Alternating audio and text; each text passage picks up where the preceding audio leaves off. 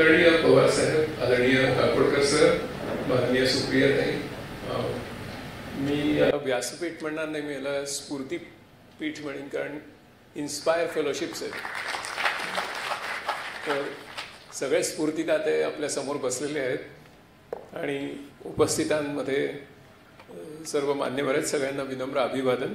प्रथमतः ज्यांना या वर्षीच्या शरद पवार इन्स्पायर फेलोशिप्स मिळाल्या आहेत त्या सगळ्यांचं खूप मनापासून अभिनंदन करतो आणि त्यांना ही फेलोशिप ही अधिक उच्च गुणवत्तेने जगापुढे यावी याच्यासाठी त्यांनी जसं विलास शिंदेंनी एक शब्द वापरला की झोकून देऊन करावं, तसं त्यांनी झोकून देऊन काम करण्यासाठी मी खूप मनापासून त्यांना शुभेच्छा देतो. शिक्षणासंबंधीच्या ज्या फेलोशिप्स आहेत तिथे जाण्यापूर्वी मी एक ओझरता उल्लेख करीन की ताईंनी त्यांच्या भाषणामध्ये असा उल्लेख केला की काही पालक इथे आलेले आहेत आणि त्यांना त्याच्याबद्दल खूप समाधान वाटत होतं. ताई, मला ना या सभागृहामध्ये एक बालक पण ऐकू येते, त्याच्यामुळे 20 वर्षानंतर कोण फेलो होणार आहे ते सुद्धा उपलब्ध आहे तिथे. तर मी ज्यावेळेला आलो सकाळी 9:30 वाजता, तर काही जणांनी बरोबर फोटो काढण्याची विनंती केली. तर त्यांना मी म्हटलं हे कोण, तर त्या ताई म्हणाल्या की हे माझे पती, ते पण माझ्याबरोबर आलेत. त्याच्यामुळे नुसते पालक नाही, बालक नाही, पती पण आलेत. तर खूप वृद्ध असा हा सोहळा आहे आणि 2च दिवसांनी माननीय पवारसाहेबांचा वाढदिवस आहे. तर आपण सगळ्यांनी त्यांना वाढदिवसाच्या प्रथम शुभेच्छा देऊया.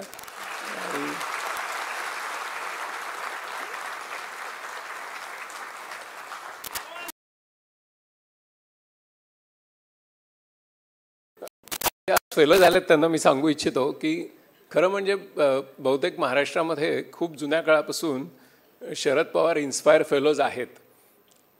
फक्त ते अशा फेलोशिपच्या स्वरूपात तुम्हाला माहिती नव्हते. त्यापैकी मी पण एक आहे. कारण मी ज्यावेळेस सीडॅकमध्ये काम करत होतो त्यावेळी आम्ही हाय परफॉर्मन्स कम्प्युटिंगमध्ये काम करायचो आणि सगळं वेगळ्याच विश्वात आम्ही असायचो, सुपर कम्प्युटिंग. तर साहेब एकदा बघायला आले आणि ते असं म्हणाले की हे सगळं गावातल्या मुलांना स्वस्त दरामध्ये मराठी भाषेमध्ये त्वरित आपल्याला कसं शिकवता येईल. आणि ती माझ्यासाठी एक इन्स्पिरेशन ठरली आणि माझ्या स्वतःच्या जीवनामध्ये तो एक टर्निंग पॉईंट ठरला.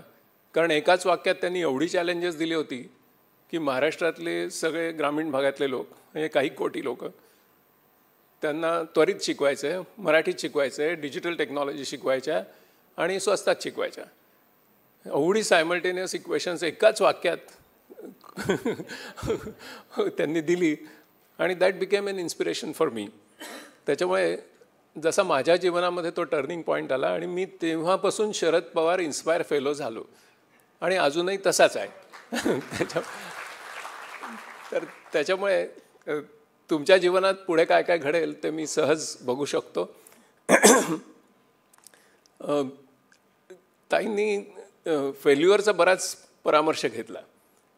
तर आमच्या लर्निंगच्या क्षेत्रामध्ये, शिक्षणाच्या क्षेत्रामध्ये all learning is by failure, हे नेहमी लक्षात ठेवा. Learning by failure.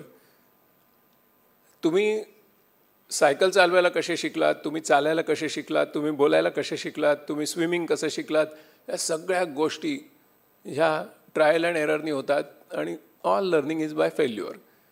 आता मजा बघा की if you want to learn fast, what should you do? If you perfect, give big hand to him. If you want to learn fast, you fail fast. Okay, लवकर लवकर अपयशी व्हा, मगच तुम्ही खरं शिकाल.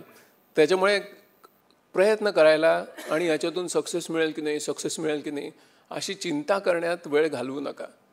Jump and take a dive and then only you will learn. Sharad Pawar inspire fellowship ज्या एज्युकेशनमध्ये आहेत तर त्याचे फोकल पॉईंट याच्या पुढे काय असावेत यासंबंधी पुढच्या 2-4 मिनटात मी बोलीन आणि मी तुमची रजा घेईन. एक पहिली गोष्ट म्हणजे अगदी परवाच जगामध्ये ग्लोबल टॅलेंट कॉम्पिटिटिव्हनेस इंडेक्स 139 देशांचे जाहीर झाले. आपल्याला सगळ्यांना धक्का बसेल अशी परिस्थिती आहे की भारताचा ग्लोबल टॅलेंट कॉम्पिटिटिव्हनेस इंडेक्स हा या 139 देशामध्ये 103वा आहे. ज्या देशांची तुम्ही नावंसुद्धा ऐकलेली नाहीत असे देश ग्लोबल कॉम्पिटिटिव्हनेस टॅलेंट कॉम्पिटिटिव्हनेसमध्ये आपल्यापेक्षा खूपच वरती आहेत.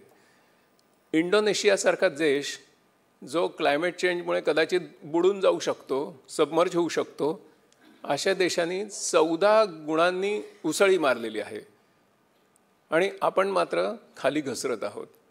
शरद पवार इन्स्पायर फेलोशिपच्या शिक्षकांनी हा ग्लोबल टॅलेंट कॉम्पिटिटिव्हनेस आपल्या शाळेत कसा वाढेल, जगाचं सोडून द्या, आपल्या शाळेत कसा वाढेल त्याचा प्रयत्न करण्याची गरज आहे. त्याचं एक विज्ञान आहे, त्याच्याविषयी आपण सविस्तर नंतर त्या फेलोजबरोबर बोलूच. आता तुम्ही म्हणाल की माझ्या शाळेत मी ग्लोबल टॅलेंट कॉम्पिटिटिव्हनेस इंडेक्स कसा वाढवणार. तर मी माझ्या स्वदेशामध्ये काम करायचं असतं. एडिसन काही प्रत्येक घरात दिवा लावायला गेला नाही. एक दिवा व्यवस्थित लागला, लोकांना स्फूर्ती मिळाली, त्यांनी जगात दिवे लावले.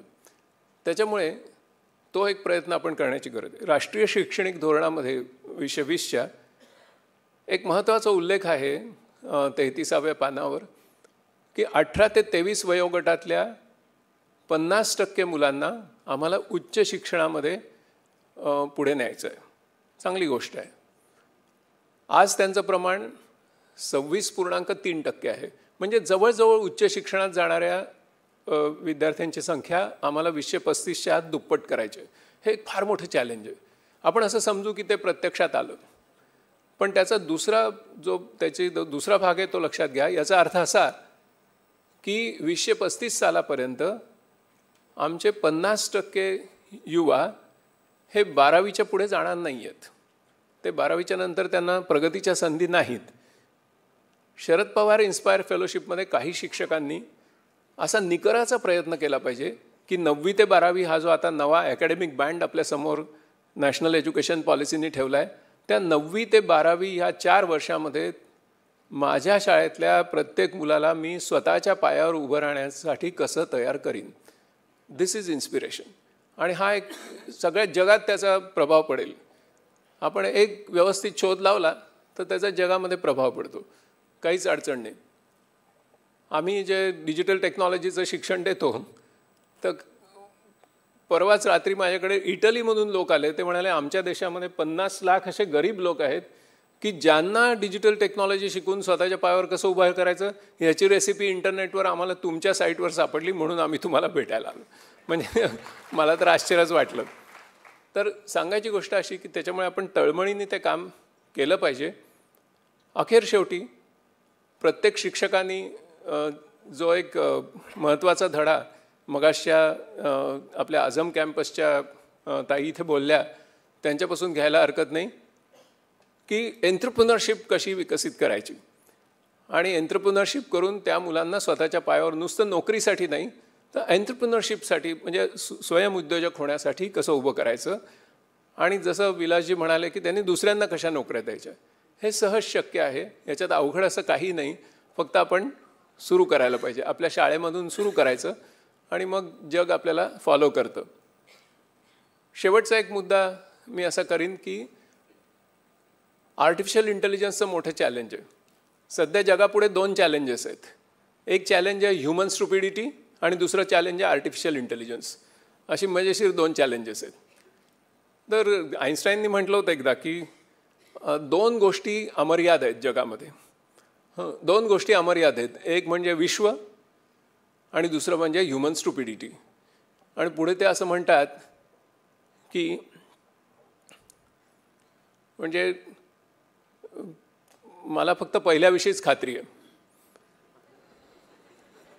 म्हणजे ह्युमन स्टुपिडिटी ही अमर्यादच असणार आहे असं त्यांना सुचवायचं होतं.